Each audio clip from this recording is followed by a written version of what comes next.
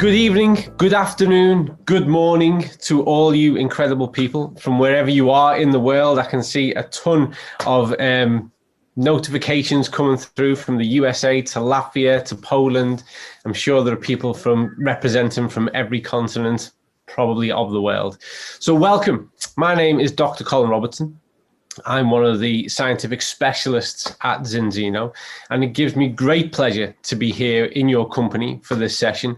This was always intended to be about bringing people together who are probably working at the coalface, dealing with people and really facilitating change around the world with regards to improving health. And the reason why we wanted to gather such people together, that community together, is because we deal with things in a very different way to somebody who is simply buying a health product for their own purpose.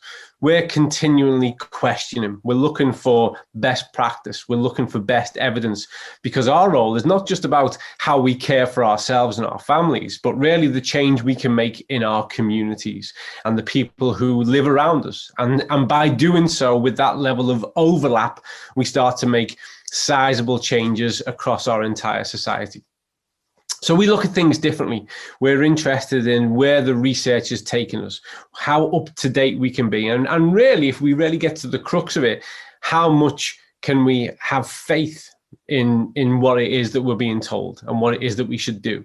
And 100% when that comes to nutrition, because I would argue that over the past 40, 50, 60 years, the language around food and what constitutes food and nutrition choices in the 21st century has been too negatively skewed, has been too interfered with, so that the average person finds it difficult now to get a clear, simple message on what's the best thing that they should do. And I staunchly believe that you are not what you eat, you are what you absorb.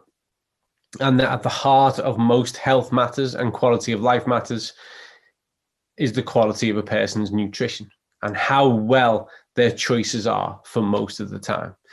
So it's great. It's overwhelming. It's fantastic to have all of you here with us for this session today. And we're really starting off on a high note. We really are. You know, we intend to do these over the coming months, and we intend to bring, some great people to the forefront to speak about the work they do and the information that they're immersed in. But we really are starting off high. It's a great personal privilege to me and a pleasure to introduce to you all, whatever time of day it is for you, the legend that is Ole Eide. Now, there are certain people who have impacted and changed dietary practice around the world in different ways. And to me, Ole is one of those who has really brought about a seismic change and really, more importantly, brought about a huge change in how people think and consider food and nutritional choices. So as this session is not about me, it's certainly about Ole. I'd like to welcome Ole to come and speak to you all, to share a part of his professional journey, really, and give you some information about what he's worked on, where he's at, his thoughts around that. And remember, this is a meeting of minds. So we have the chat box open. I'm going to keep an eye on the chat box. I'm not going to interrupt Ole as he's presenting. I wouldn't do that at all. But if you do want to have, if you have a burning question that you want to drop into that chat box, please do. I will try and pick these up, and we'll try and dedicate some time towards the close so that we can address some of those questions. And I'll probably have a few questions of my own, but this really is about us coming together. But for now, I would like to hand over center stage to Ole so that we can all sit back and benefit from what you'd like to share. Thank you, Ole. Thank you, Colin. Let's move on to what I do know a lot about, and that is about the balance whole concept. And the topic of today's presentation will be about this concept, and I will tell you more about the development history, proof of the concept, also benefits, and a little into the science, which we will hear more on in later presentations. So we'll start with the development history. And the original balanced oil concept was ready by in 2010, ready for the marketing. It was developed by a Norwegian company, Bioactive Foods, in which I just happened to be the CEO. And it consists of 3 parts. It consists of a blood sampling device called the Zinzino balance test to detect. It is a laboratory analysis with a report providing dietary advice, and it is a dietary support supplement. And as you can see from the dates below, or the annual years below, the elements, these 3 elements was not developed simultaneously or in the right order. So we'll have to start to look at the history. We'll have to start with the balanced oil and see why that was developed. The balanced oil is a blend of fish oil, refined fish oil, and cold pressed pickle olive oil.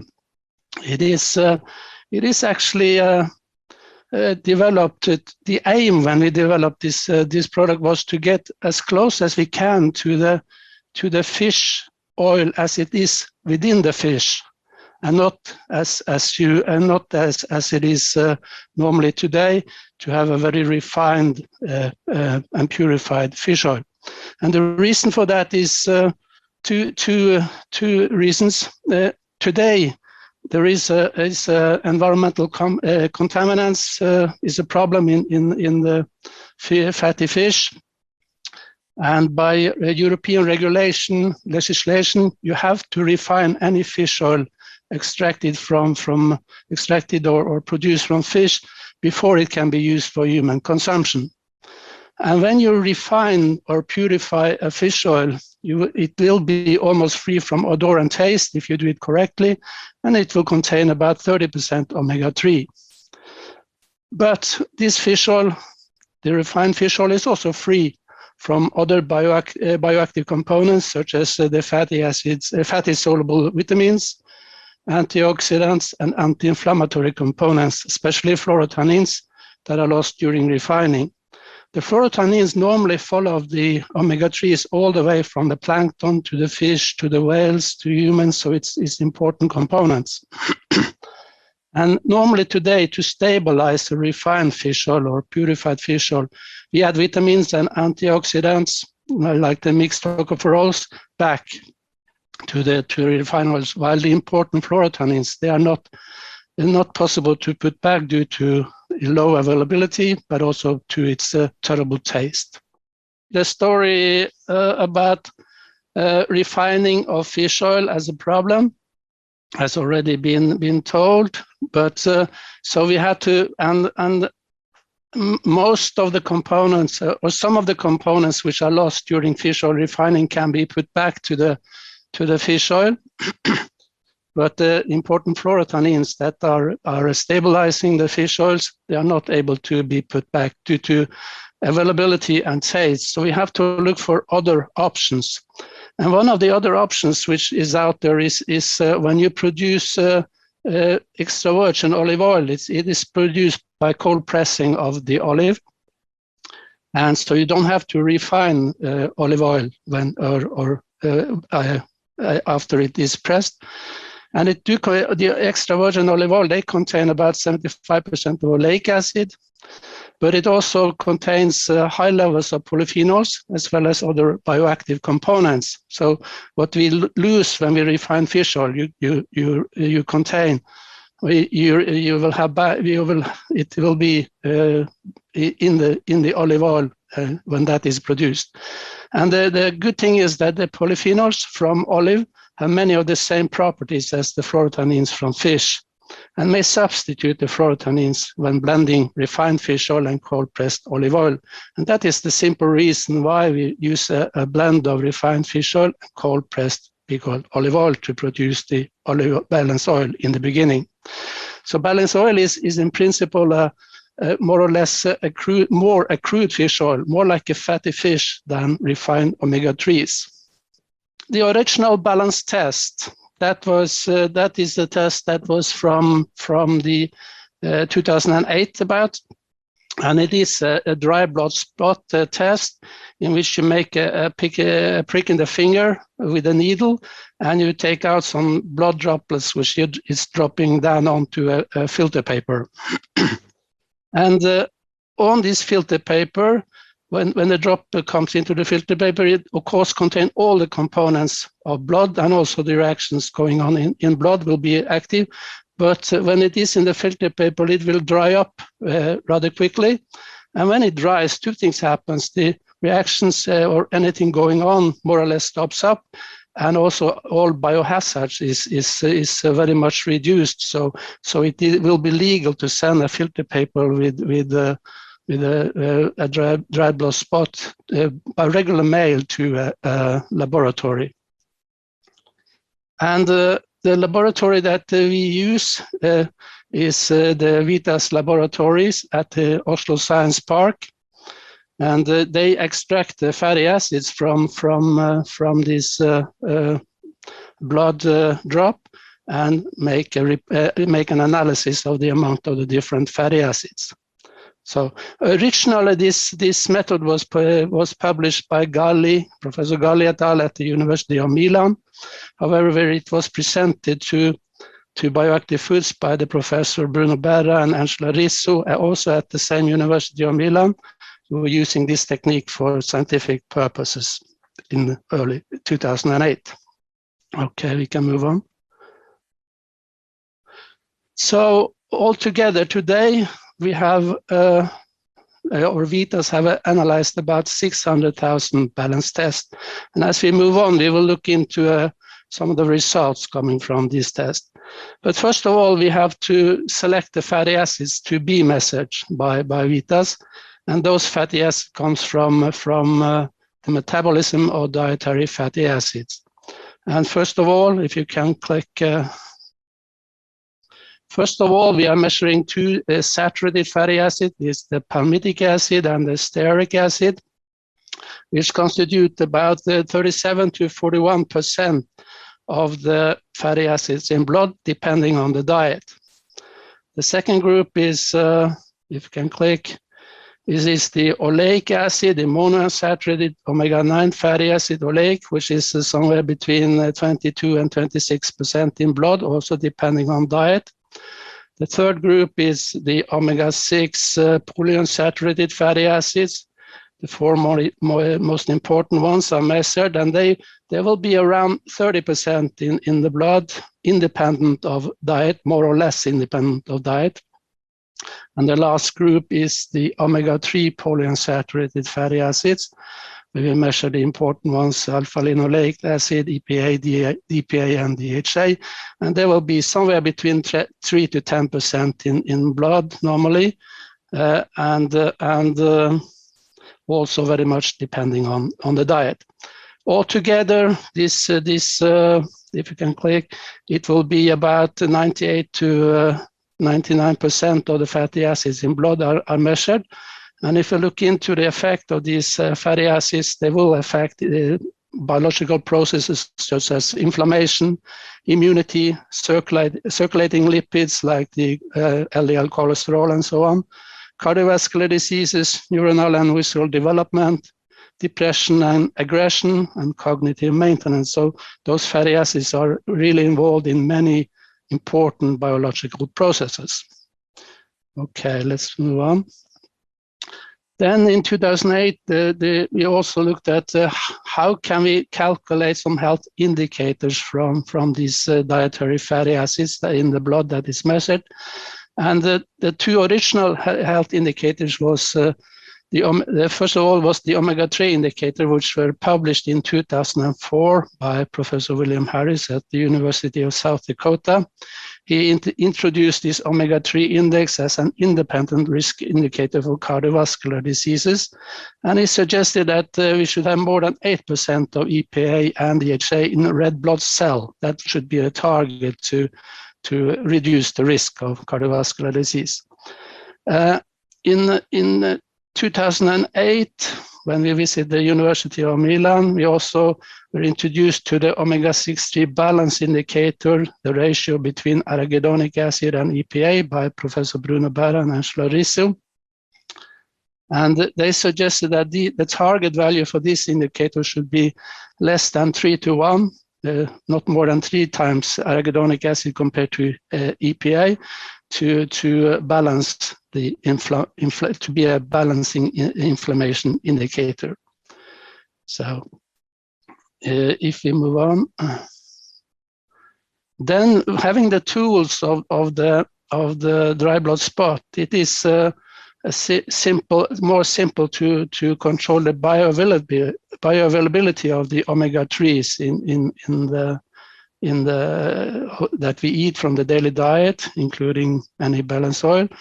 Because when we eat our daily diet, the food goes down to the stomach where the fat starts to hydrolyze, and it continues into the small intestine where it's mixed with bile acids, and then it's transported to the liver where new triglycerides are built and then put into small cholesterol particles like the LDL cholesterol, which will transport the fat in the blood.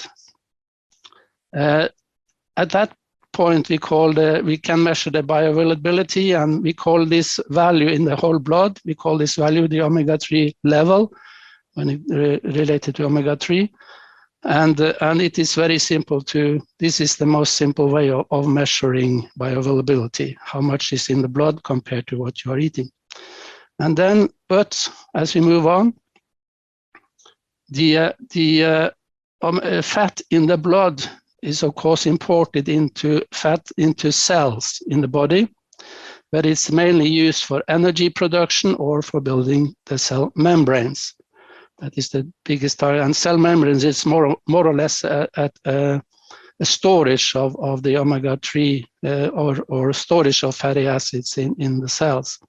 And here we can call it the bioavailability 2, because if this was a red blood cell, we would say we call the level of EPA and DHA in this cell for omega-3 index, which was calculated by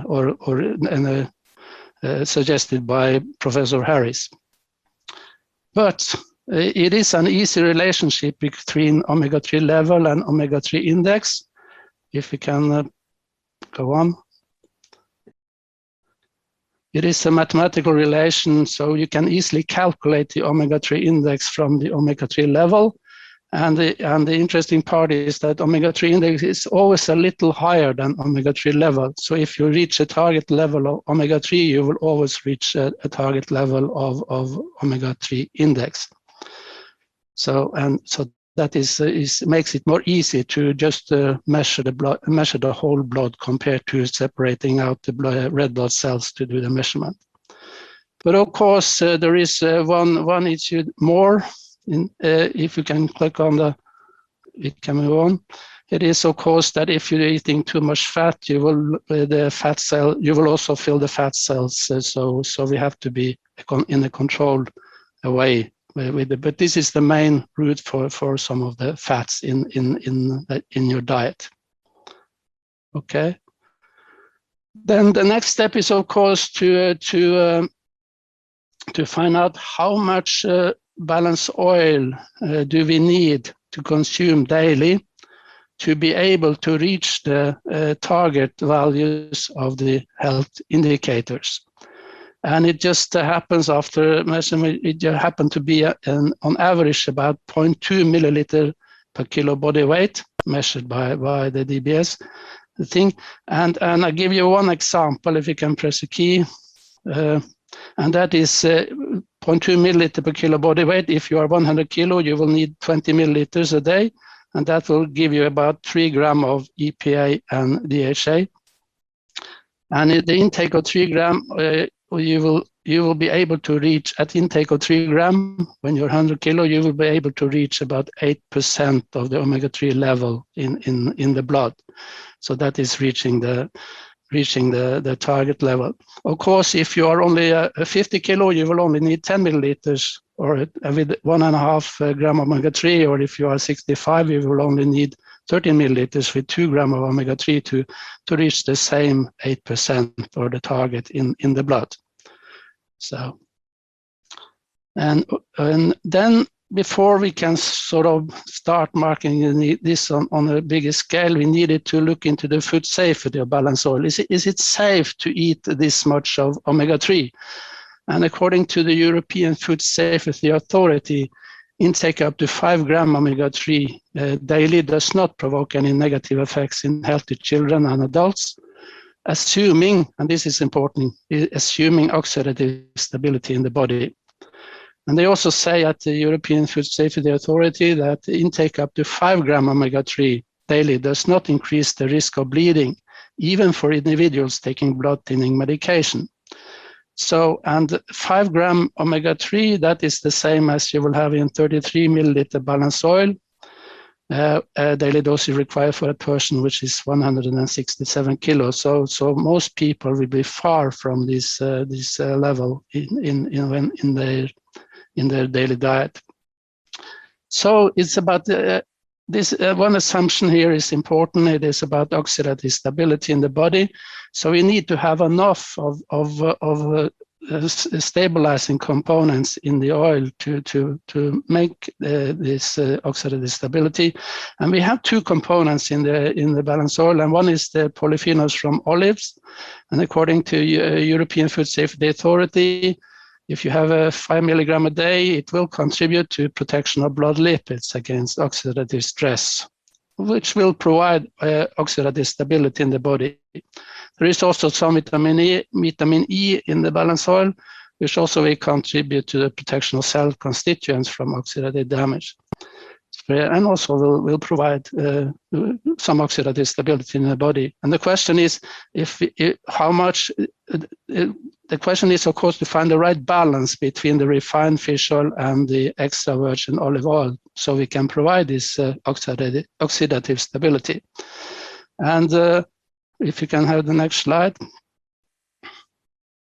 This is proof of concept for this was made in the EU project called EnrichMar in 2014, where we had people, 40 to 50 in each group, that for 10 weeks were taking balanced oil enriched yogurt or placebo. So they didn't know what they were eating. The placebo was refined olive oil at that time.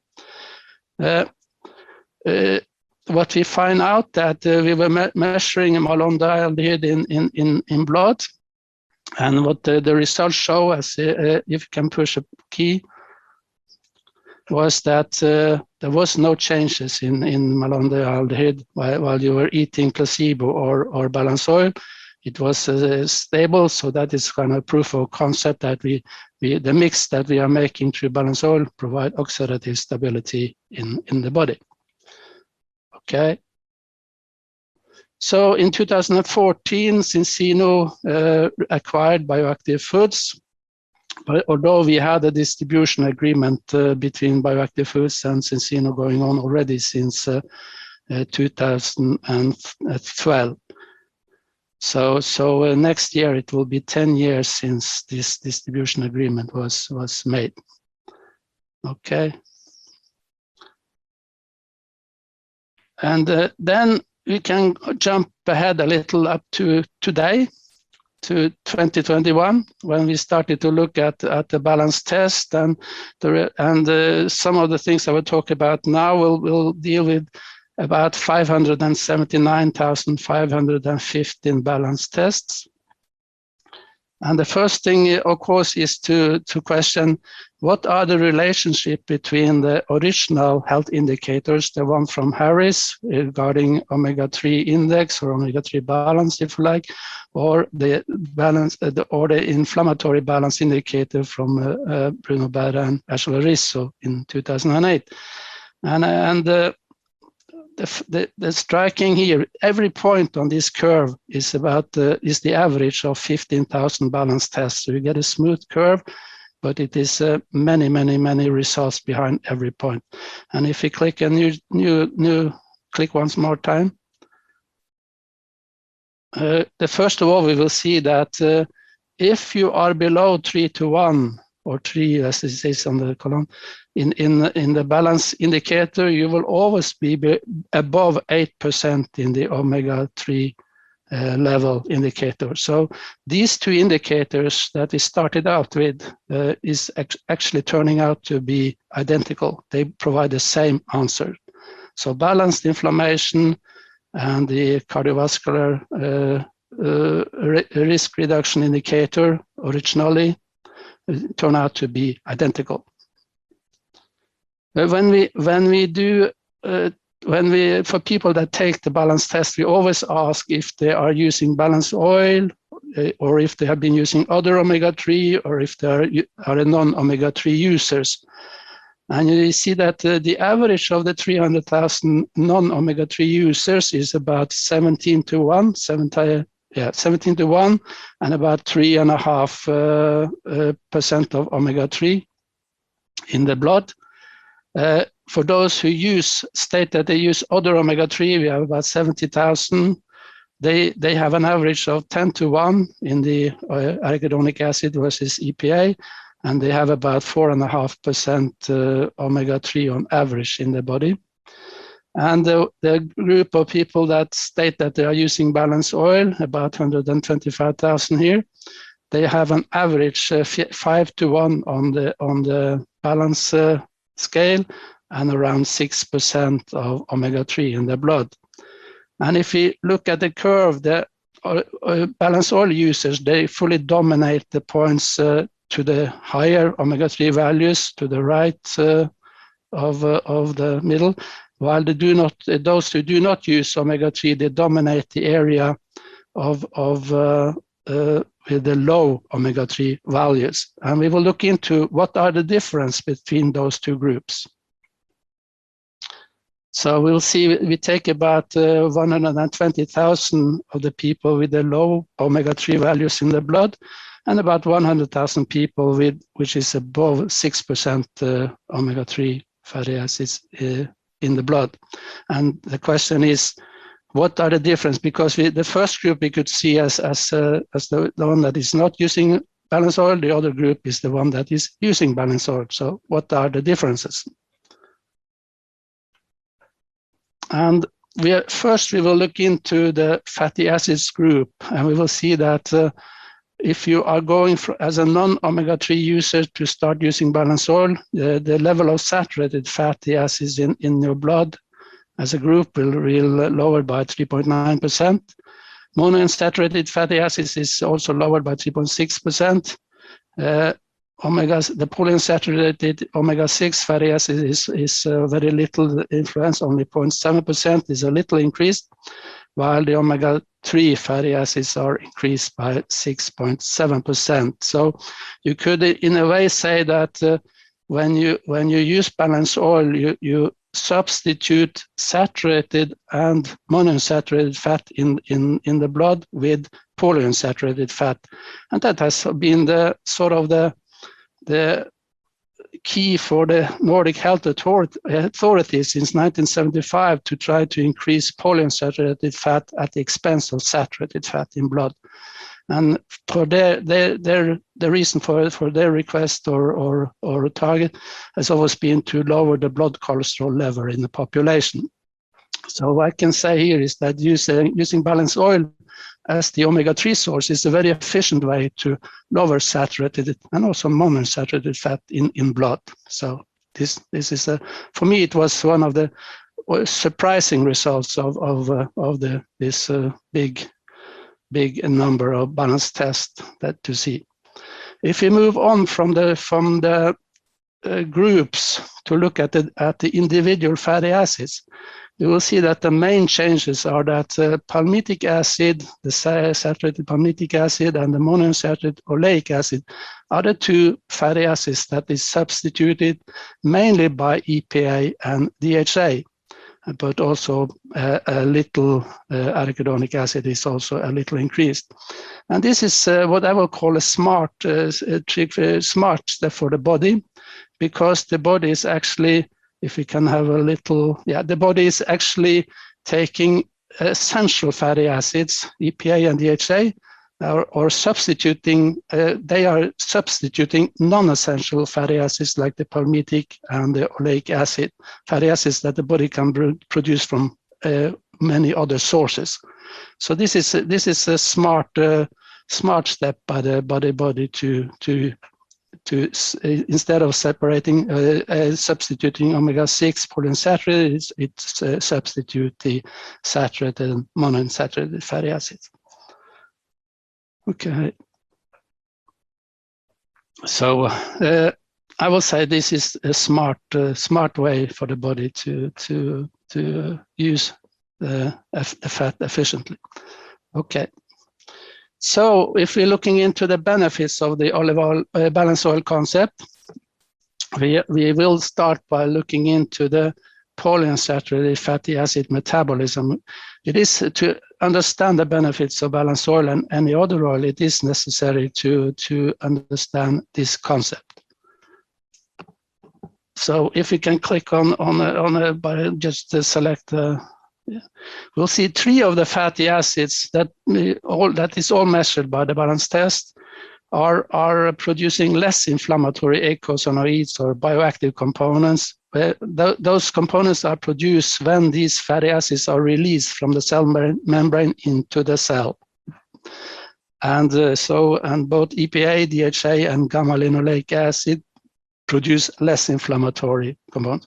However, one of these fatty acids, if you can click one more time, one of these fatty acids, the arachidonic acid, is producing more inflammatory compounds. So 3 less inflammatory, 1 more inflammatory. And the question is of course, how are they linked to benefits of balanced oil? So we'll move on to a situation to look at the real situation. And of course, these fatty acids or the polyunsaturated fatty acid metabolism is very important when you have an infection and an injury or is injury, any infection, bacteria, viruses, or whatever. Or if you're injured at a football field, what will always happen is you will have an immediate and strong inflammatory response in local tissues. And we have 2 situations. We have one situation where you are a non-balanced oil user, where you have high arachidonic acid value compared to EPA. And if we press the key again, arachidonic acid will be released from the cell membrane, and it will start produce the inflammatory eicosanoids, and you will feel it as either as fever, red rash, pain, poor general condition, and so on.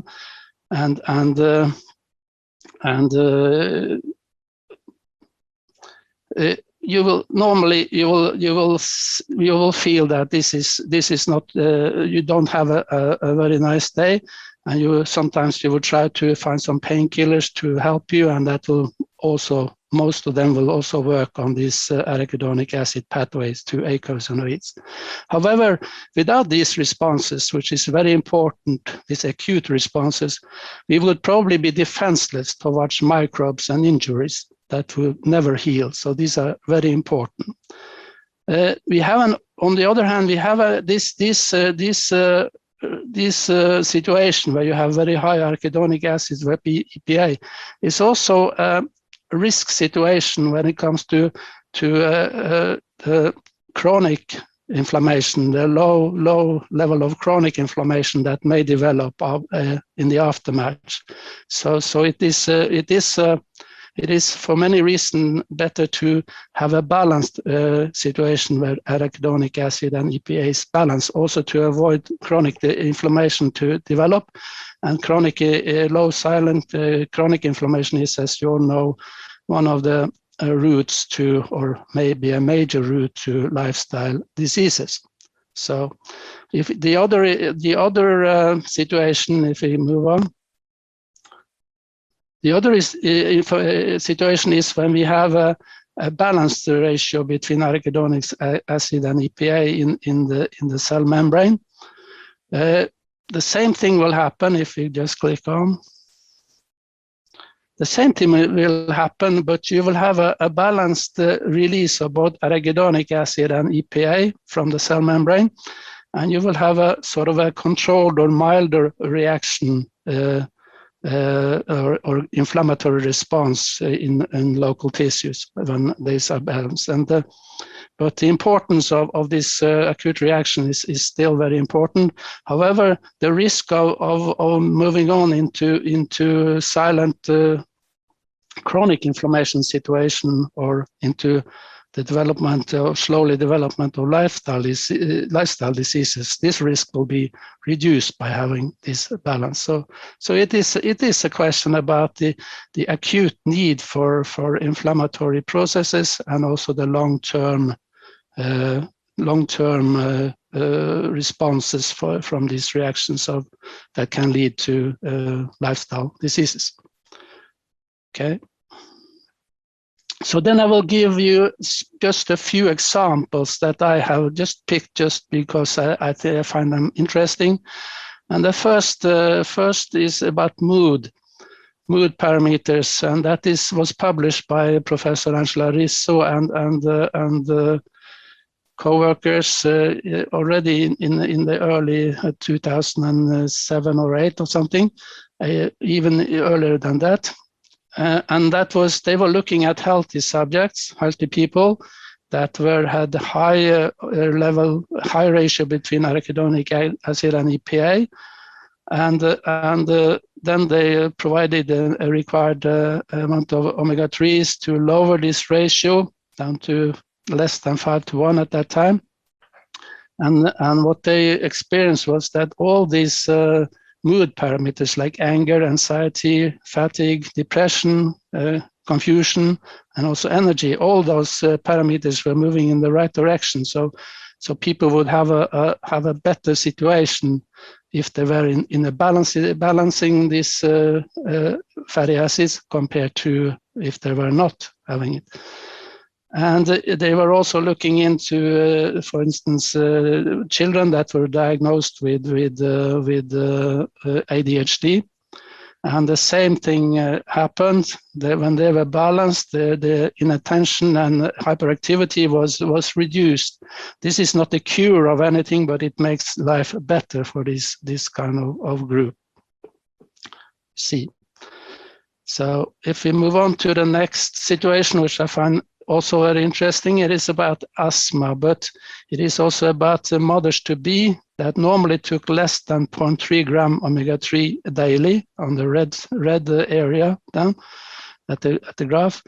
They were asked in the study to increase their intake during pregnancy to 2.4 gram, and due to the weight of those mothers, that means that they will easily achieve more than 8% in the blood. This is a Danish study. But the interesting part is that they follow the children after birth up to 5 years, and they saw that in 5 years span, more than half of the children, 54% of the children, there was a 54% reduction in the number of children that obtained wheeze and asthma during the first 5 years of life, as compared to the control group. So it's very easy to obtain a very some beneficial situation. Okay, we move on. The last example I will give is about blood pressure. This test or this project was done at the University Hospital in Reykjavik in Iceland, where they had about 100 persons which were 50 years and above, and that had high blood pressure or hypertension. And they were randomized into 3 different groups.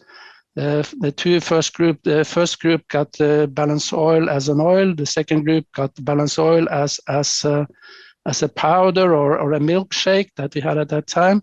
And then there was a control group.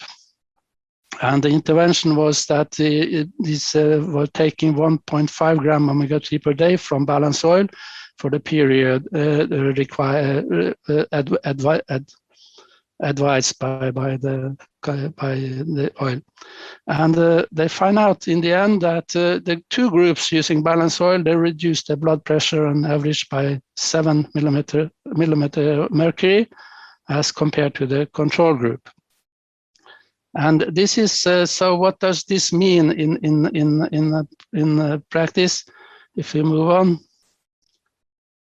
there is there is a study based on more than 600,000 participants, or 120 different studies, that was published in Lancet by Dina in 2015, showing that high blood pressure, or stating that high blood pressure is globally the main cause of death that could have been prevented.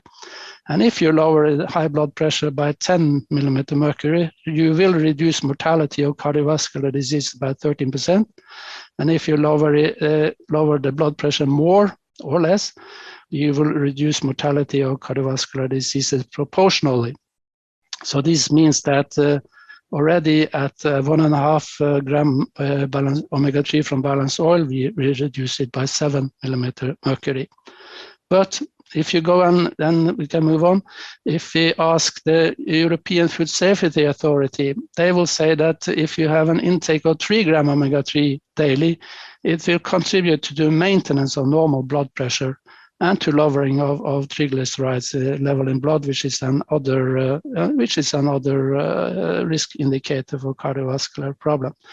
So if we had the choosing of having 1.5 gram during the study was made by the scientists, but we see that if they had used a normal or the normal balanced oil intake, which is higher, then we would have probably achieved a better, even a better blood pressure reduction. Okay. And this is about just a summary of some of the low-grade chronic inflammation that will be achieved, that is published when you increase the omega-3 level or you balance the ratio of arachidonic acid in blood, from favorable against asthma to reduction in blood pressure, as we see in reduction in mortality by 70% in secondary prevention of cardiovascular diseases, suppression of inflammation in patients with arthritis, and normalization of blood pressure depending on how much the intake. And so most of this is an indicator of that by increasing the omega-3 level or by lowering the balance between arachidonic acid, you will also have an effect of the long-term, low silently developing chronic inflammation, which is part of the responsibility for most of these cases. So then I will end my presentation by showing you some of the latest results. And of course, we have asked the question, is balanced oil a crude oil? Will it differ from other omega-3, which I called refined fish oil? Most other omega-3s are refined fish oil. Are we able to see that it is different in bioactivity? And we will look into the enzymes of the polyunsaturated fatty acid metabolism. And if you push a key, we will see that the first enzyme we will look into is elongases, which catalyze the increase from, for instance, from C18 to C20, increase or elongation of 2 carbon atoms in fatty acids. And if we push one more time, each point in this graph is the average from 1,000 up to 17,000 balanced tests, depending on the omega-3 level. We can clearly see that there is a clear differences between those using other omega-3 compared to those using balanced oil. I know it will be part of a later presentation to describe what does this mean. So, and it's out the scope of this presentation to say what it means. But what you can see from the graph is, of course, it is stimulated. The other omega-3s are stimulating this enzyme more than balanced oil. But we can see, if we can push the key, we can see that balanced oil as a crude fish oil and other omega-3, which are refined fish oil, they affect the enzyme elongase differently. So And I will give you one more example of the thing which is in what we're dealing with at the moment. If you push one more key, and then I will have a look at the desaturase, the 5 desaturase, which is catalyzing the change from gamma-linoleic acid, the homogamma-linoleic acid, to arachidonic acid.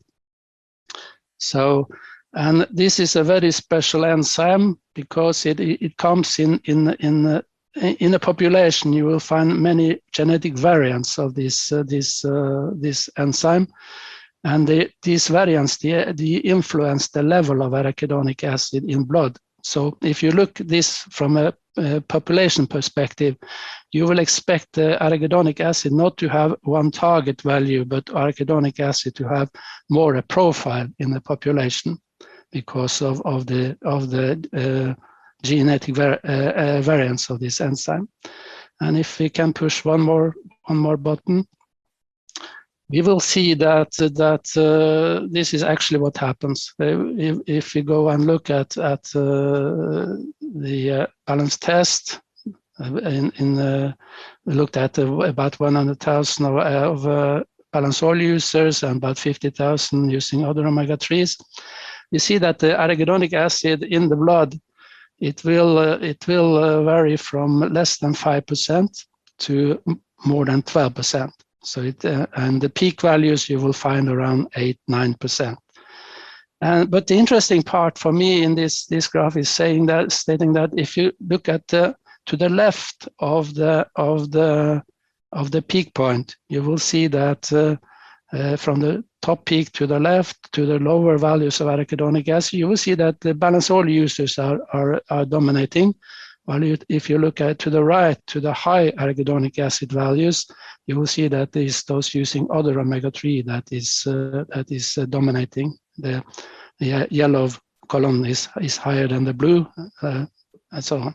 So there is again clearly differences between balance oil, the crude fish oil, and other omega-3 refined fish oil in bioactivity, and that will, I think, will be a very interesting presentation for later in this series for you. So you have something to look forward to. Okay, we move on to the next slide. One more time, and this is just to sum up. The balance oil concept is what I call a documented and proven health concept. It consists of a balance test, a dry blood spot test to detect, VITAS, a world-class laboratory to analyze, and a balance oil, which I will say is a proven to be a safe dietary supplement, full of science to support your healthy aging. So one last phrase is that balance oil is actually a bioactive crude fish oil, more like a fatty fish than refined omega-3s. And this is important if you go all the way, and this is my final statement, if you go all the way to the beginning of the omega-3 era where you had the Inuits or the Eskimos that were seen to, that were didn't have that much cardiovascular problem as the rest of the European population. That was the omega-3 was giving the benefit of this situation, but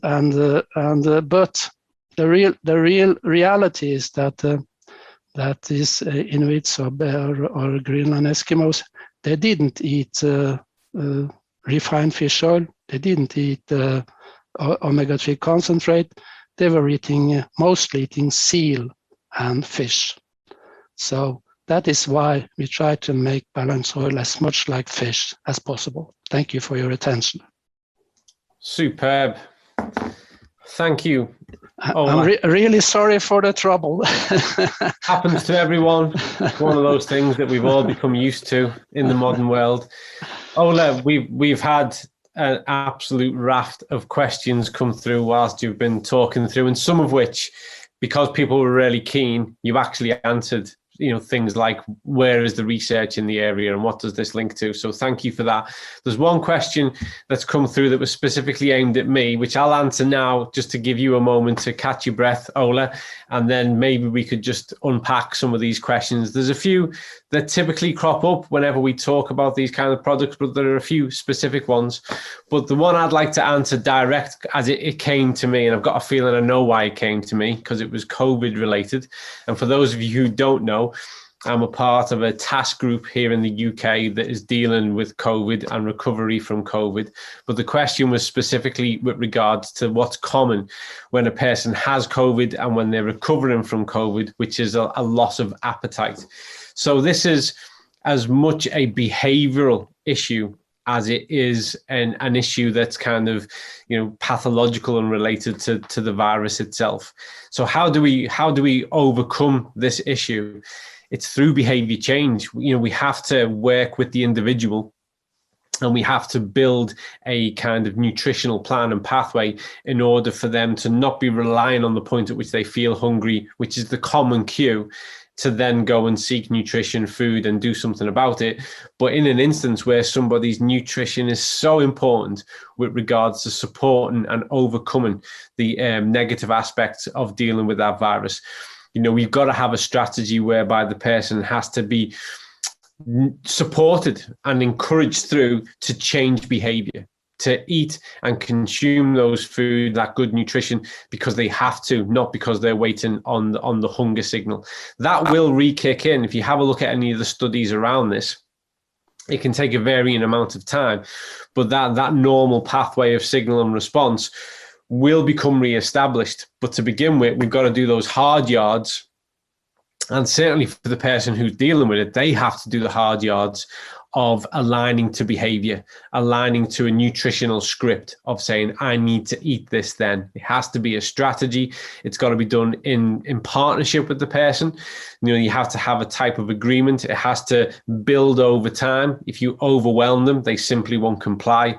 But it's about fostering that behavior change. That's the best advice I can give you outside of a kind of one-to-one consultation.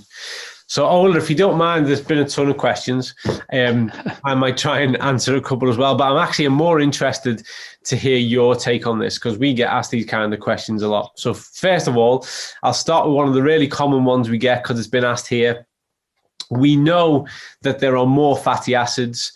So why were these ones chosen? For analysis, why were these fatty acids chosen? Yeah, they were chosen directly because they are part of the metabolism in the fat metabolism, and they constitute altogether about 99% of the fatty acids that you normally measure in blood. Those were the main. In the beginning, we only measured two fatty acids, and that was arachidonic acid and EPA, because we were only looking at the balance.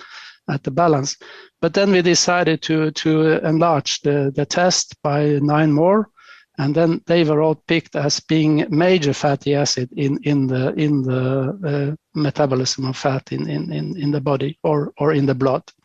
So I love that answer. One, because it paints a real clear picture, but also it takes me to the next question, which we get asked a lot. Why is that the ratio based off the data around the EPA and the AA? Why those two in particular? Yeah, first of all, it is the arachidonic acid is, as you saw, the only fatty acid that produce the inflammatory eicosanoids. So, and the EPA is the other fatty that produce the same kind of eicosanoids, but in another series, which means that they are less inflammatory, while the arachidonic acid ones are inflammatory. So in principle, those two are the one that is signaling or indicating the balance of the inflammatory process, or most easily way. Of course, there is other fatty acid that influence other parameters in the body and other indicators, but I decided for this presentation sort of to lower to those two, about the omega-3s and the arachidonic acid EPA.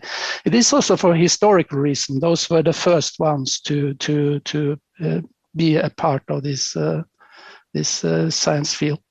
Yeah. Yeah, that actually really conveniently leads into another question that a few people have asked, actually, which is regards to, some of the research challenges the ratio and is more favorable of the index. There's a notion that there's more behind the index, the 8%, than there is the ratio.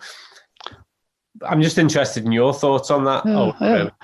Well, as I did in this presentation, I compared those two situations, the balance ratio and the omega index. And as I showed it, those two are identical. They started out at two different indicators, but in my opinion today, they provide the same answers. If you are below 3:1 in arachidonic acid EPA ratio, you will always be above 8% in the omega-3 index. So I consider them today, I consider them as equal indicators saying the same, as although we at the beginning thought it was two different independent indicators. Interestingly, I take a similar view, and I like to represent both purely because I think it gives more than one dimension of insight.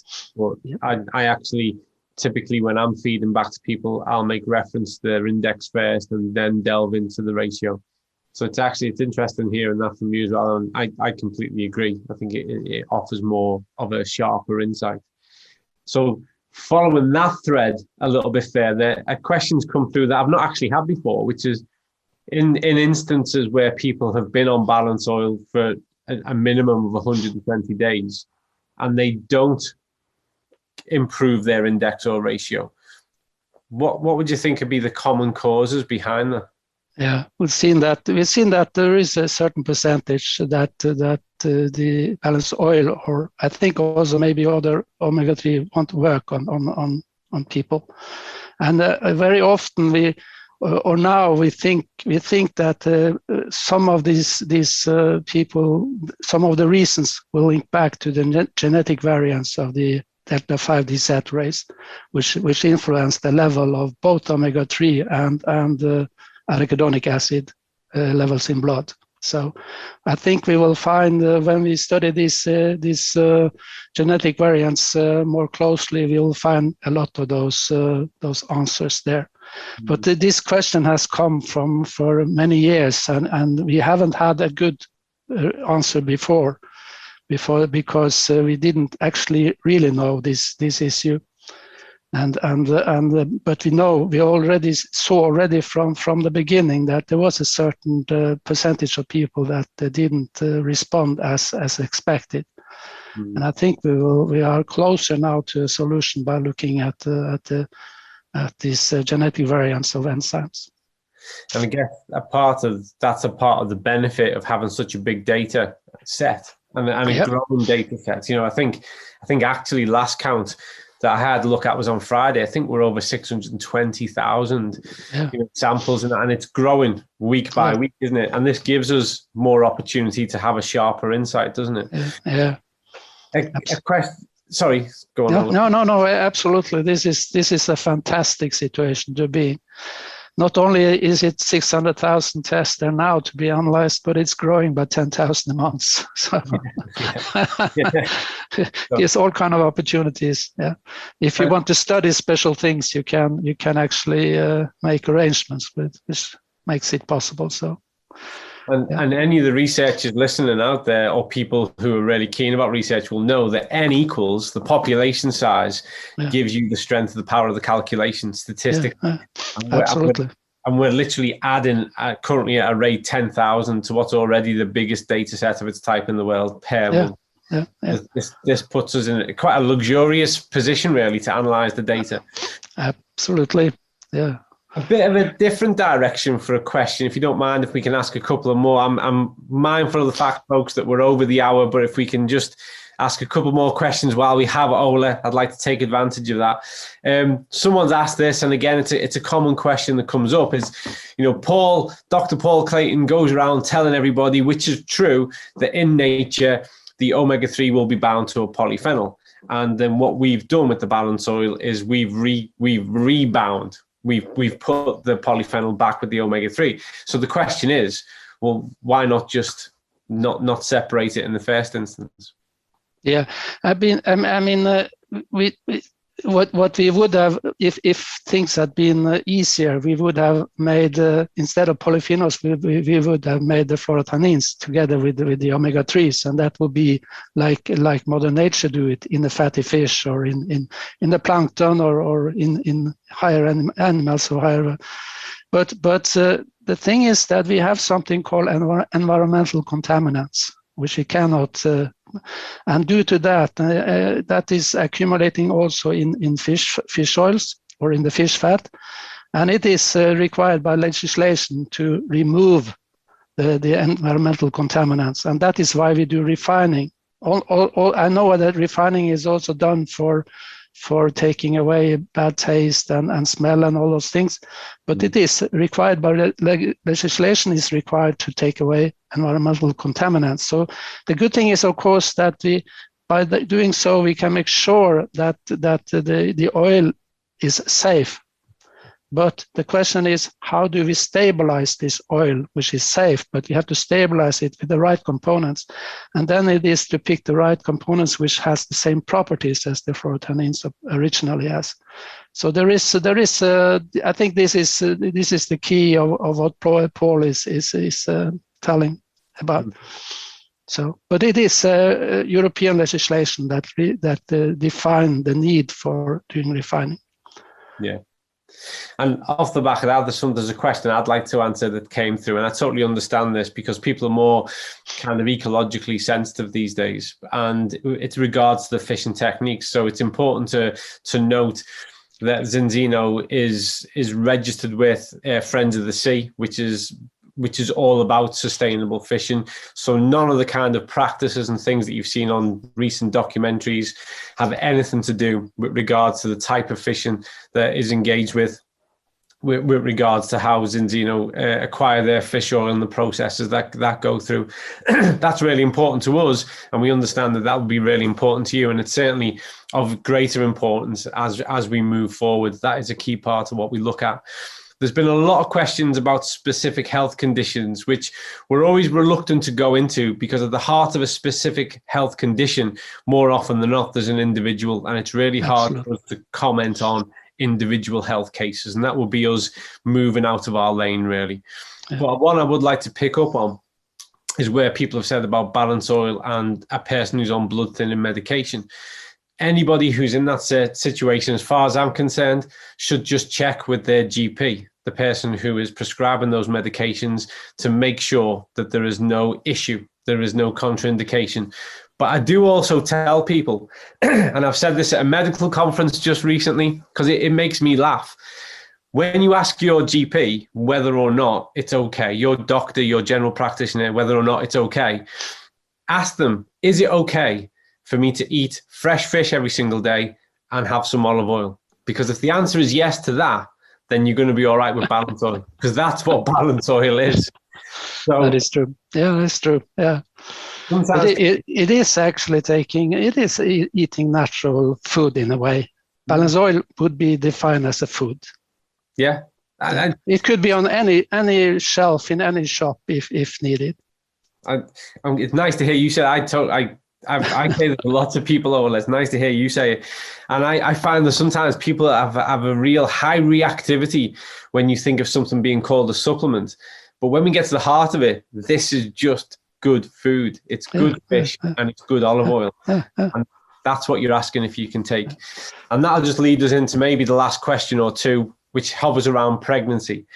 Recently, the Australians have changed their guidelines. So they're encouraging women who are pregnant or intend to be pregnant to make sure that they have a sufficient amount of omega-3 daily. So that they've done a ton of research around that. That's published, it's open access. You can all go and retrieve that. And what they're saying is that they want people to be at the right recommended dose. They don't want people to add on top of that. They just want you to be at the right dose. Taking balance oil puts you at the right recommended daily dose. There are some guidelines in certain parts of the world that encourage pregnant women, once they are about 30 weeks, to reduce that a little bit. I would say I would encourage you to have a look at what's implicated in your specific geographical area. But what we do know is that both the EPA and the DHA play a huge and positive and important role on the development of the child. So, you know, it's as vital here as it is in any other kind of health indices. So I think really, because we are championing past the time now, and the vast majority of people have stuck with us, so they must be enjoying and benefiting from what we're talking about. I think if we just finish with one question, and then I'd ask you, Ola, really for one last statement. So the last question that I would pose on this is really, you know, there's been a ton of information come through that has asked about the dry blood spot test itself and why we've chosen that method. And as you were there at the inception of this, if you'd just like to explain that would be terrific. Yeah, the easy way of that. It's really two reasons why we chose the dry blood spot. First of all is the ease of making a prick in the finger by a needle and take out a couple of drops of blood instead of going into a vein and extract a large blood sample. That is the only. That is the ease is one of the issue. The other issue is that when this blood dries on the filter paper, it's very important to dry it, to make it stand in the air to dry. Air dry is okay before you send it onto the laboratory. The blood hazards is the hazards that you will have with a large sample of blood is reduced to a level where you can send it by ordinary mail to a laboratory to have it analyzed. And you can actually take this blood sample in the jungle and in a hospital or in an apartment if you like. So it is the ease of doing this. And the results is proven in many ways to be more than good enough for and it's actually dry blood spot testing is increasing or widen a lot now for many, and it's been used for many years. So it's not a new technology; it is a well-developed technology. Yeah, it's a well-verified test. And just to make it clear, folks, you don't have to go to the jungle to do that test. You have that option. So. Before we wrap up, and I have a few closing comments, is there a closing comment from you? We really appreciate this, by the way, Ola. I thought the presentation answered so much. It was interesting because I was watching questions coming through, and then your presentation was actually answering things as we went through. But is there any kind of closing comment that you'd like to make before we wrap up?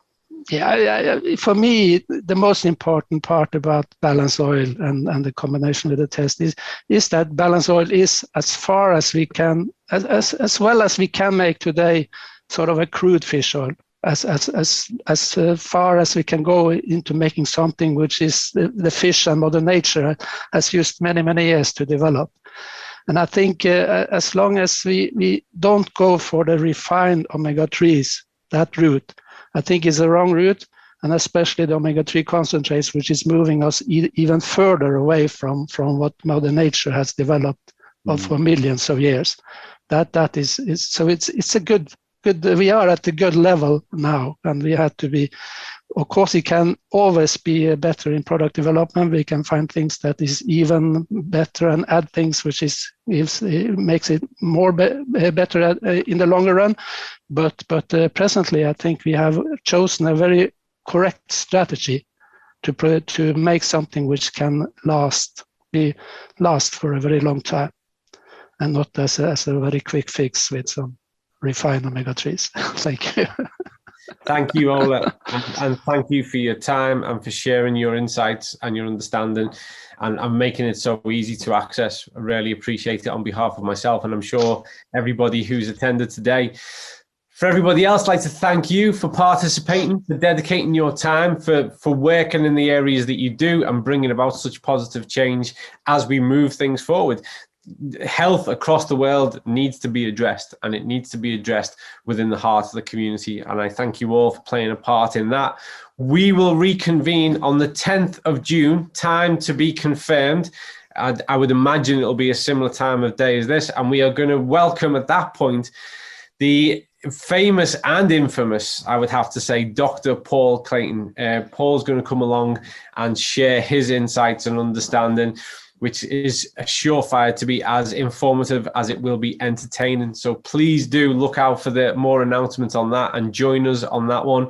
Stay well. Until then, thank you for being a part of all of this. Thank you for taking part today. And I look forward to speaking to you all further down the road. Thank you again, Ola. Thank you, everybody who's put this together. Stay well, and we'll all speak soon. Thank you, Colin.